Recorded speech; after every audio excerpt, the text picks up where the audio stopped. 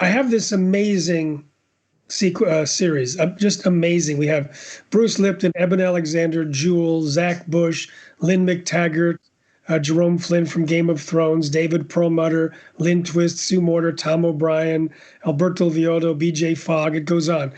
And why did I pull these people together? I was early in the pandemic. I asked a number of people, what have you noticed that's new in you? Perhaps I asked people, what's the best thing you've noticed about the pandemic? No matter how I worded the question, everyone was talking about how they were ready to make a change in their life because they either came to a place of stillness and quiet in the pandemic pause that they hadn't had before and said, I'm not going to go back to the rat race that I had before, or they learned how much they had cherished something that they gave up and they were not going to go back and take it for granted anymore. Everyone was using the contrasting lifestyle and restrictions as a way to say, I need to do things differently. Now, as an activist working for 25 years, I've been aware that when someone says, okay, I'm ready to make a change, that's a significant moment in the process of transformation. And it harkens back to a lecture I heard with a spiritual person and a scientist. And the scientist is a chemist, and he was describing to the spiritual leader 3 phases of a phase transition in chemistry. And if you've seen it, the graph just moves along in horizontal, nothing happens, then it shoots up to a higher level, and then it moves along in a parallel slope again.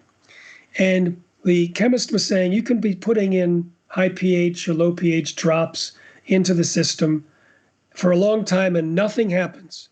Then all of a sudden it starts to change, and when it stops, it levels off into a new normal. During the time of the phase transition, when it is changing, that is when the quality of the drops makes a difference. The quality of the drops in the beginning make no difference in the beginning or the end. It's during the phase transition that the quality determines the success of the transformation. Mm-hmm. So as an activist, I see a 3-phase thing in convincing a person or a country or an institution to make a change. You work really hard giving one set of information about why GMOs and Roundup are dangerous, and they say, okay, we will phase out GMOs and we'll switch to organic, whether it's an individual or an institution. And then they'll say, how? When they say how, a new quality of information has to come in, which makes it possible, practical, and easy for them to make that transformation. They establish new habits, and then you're not going to get another chance for quite some time. The process of giving that new information is so critical, and the timing, it's like, and that's what, it's right from the time that someone said, I want to make a change. So the pandemic did the heavy lifting. It made individuals say, I want to make a change. Being a student of consciousness, I know you saw the interview with Bruce Lipton. He has some powerful science talking about how consciousness is a field. Mm-hmm. And Lynn McTaggart talks about the field, the intention experiments, how you can influence the field. And Bob Roth, who's an expert at transcendental meditation, talks about these collective transformations of society through group practice of meditation. I've been aware that consciousness is a shared phenomenon. It's not linear. It's not local.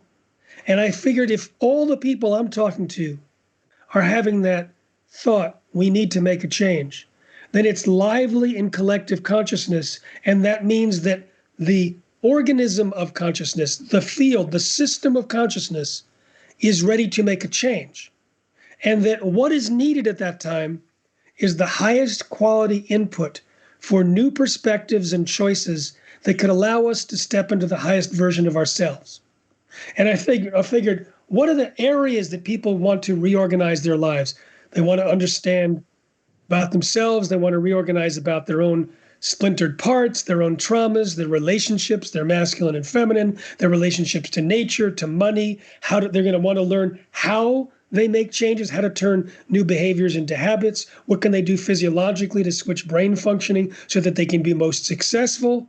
So I pulled together, with some help from others, the people that I consider to be the most important mentors at this time for this new information, with a concept that if we get enough people critical mass moving forward to cause a personal leap of consciousness, then that would be effectively moving society forward. And so this was to create a magnificent new normal. And the idea is if we simply, as you say, get our old lives back, it would be the worst opportunity lost in history because we never had this time. Now, in the context of the interviews, and if people, they can click the link that's associated with your show to get there, you'll immediately have the opportunity to listen to Lynn Twist. Lynn Twist has been working with indigenous communities, and she brings out that the indigenous elders actually prophesied this time as a necessary transformation. She gives the beautiful metaphors of the butterfly transforming into a caterpillar, but I think my favorite is when she says, it's like we all have morning sickness but don't know we're pregnant. And if we realize we're pregnant, then the pain we're feeling gets reframed in context. And we realize we're creating new, we're birthing a new world. Wow. Yeah, man, you just touched on a lot of great things there, and really a lot of things that I feel personally aligned with in my life. You started talking about the talk you went to that merged spirituality and science. I really like that because I'm actually a student at a university called the University of Ascension Science and the Physics of Rebellion. And Ascension Science is really the fusion of spirituality and science. And I think the world has really done itself a disservice for centuries by disassociating science and spirituality. And they've always thought there had to be this separation of church and state, so to speak. And not acknowledging our consciousness, not acknowledging our spiritual values, not acknowledging cause and effect, quantum physics, all of these things that play very, very important roles in our world today is kind of like not really seeing the big picture of how things actually work. And I was excited to see that you're going into this zone. Well, like you said, you've probably been in this zone for a long, long time in your life. I just didn't know that, of exploring consciousness and this new talk series and the people you have on it. It was really cool to see. I also studied the book Biology of Belief by Bruce Lipton, and a lot of great concepts there. And there's a lot of parallels of things that I've been studying in our university and from my spiritual teachers about, cause and effect and about consciousness and manifestation. Like you said, if we don't catapult off of this, it's the huge disservice to humanity. And people want to go back to Egypt in their minds, to what's comfortable, to what's familiar. But this is a time to actually shift into a global awareness. I believe in a creator. The creator I believe in doesn't fit into the boxes and the ideas of what man has created in evolutionary religions and the dogmas of today. And my spiritual teachers, Gabriel of Urantia and Neon Emerson Chase, who happen to be my parents as well, they founded this university. They're both authors. They've written books. And my father's written some books called The Cosmic Family Volumes. And in these books, that really talks about similar concepts to the biology of belief, how our thoughts and our consciousness affects the reality around us. It really breaks down the science of particle reality, how our bodies are even connected to the universe. And these things may seem way out there for some people. But when you start living your life consciously, they don't seem way out there at all. It all makes perfect sense, And to me, it's about spiritual intelligence. And there's a difference, of course, between knowledge and wisdom. An ounce of wisdom is worth 1,000 pounds of knowledge. Consciousness is when you really start tapping into wisdom, and then you can apply the knowledge that you have. This is in a human being.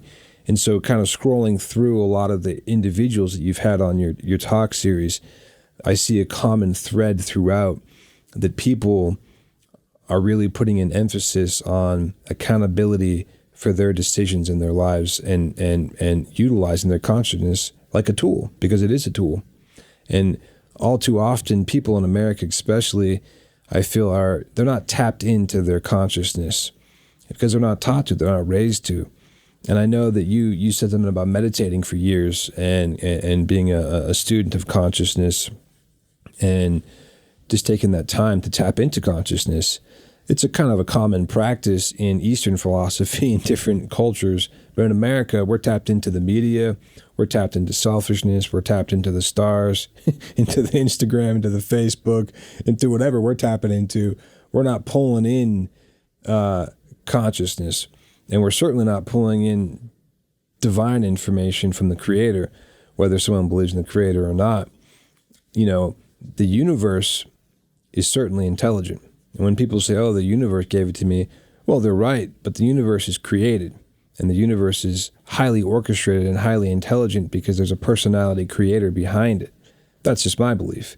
But whether someone believes that or not, we both believe that the universe is intelligent. And so these are interesting gaps that we can make here. And one thing you talked about too, just look at my notes here. Oh, you mentioned the indigenous and the woman, and the prophecies and the times that we're in. And I totally agree with that we are in what I call, and my teachers call, the purification times.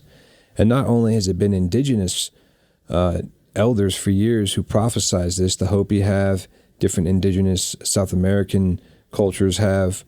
It's actually in Nostradamus and in Scripture. There's all these different prophecies throughout cultures and spiritual belief systems that talk about pretty much the time that we're in right now.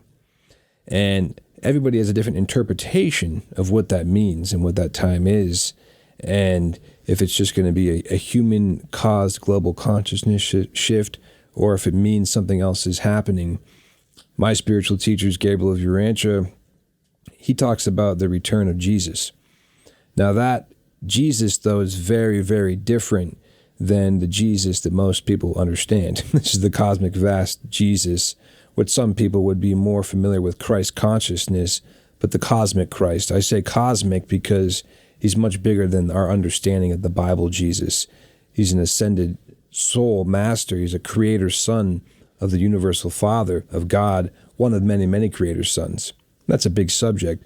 But whatever it all, at the end of the day, the great thing is it doesn't actually even matter that we may not believe the same thing, because our bodies are innately, and our consciousness is tapping into the recognition that these times are happening. We may not know exactly what's going to happen, but we can agree upon something is going to happen. And this is a beautiful opportunity for humanity to make that quantum shift in their consciousness.